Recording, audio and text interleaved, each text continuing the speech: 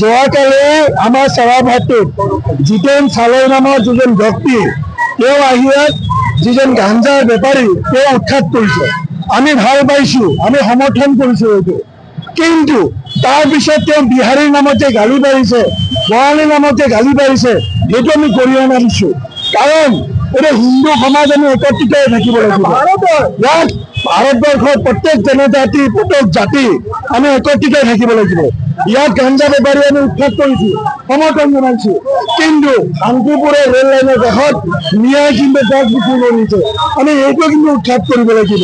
মই এটাই কথা স্পষ্টভাৱে ক'ব বিচাৰিছো যে জাতিৰ নামত কোনো যাতে গালি নাপাৰে।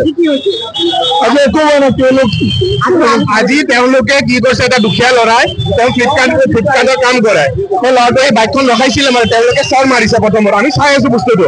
তাৰপিছত তেওঁলোকে জাতিক লৈ বিভিন্ন মতভেদ আনিব খুজি আছে আমাৰ অসমীয়া সমাজত। মই নিজে অসমীয়া ল'ৰা হয়, আমি নিজে অসমীয়া ল'ৰা হয়।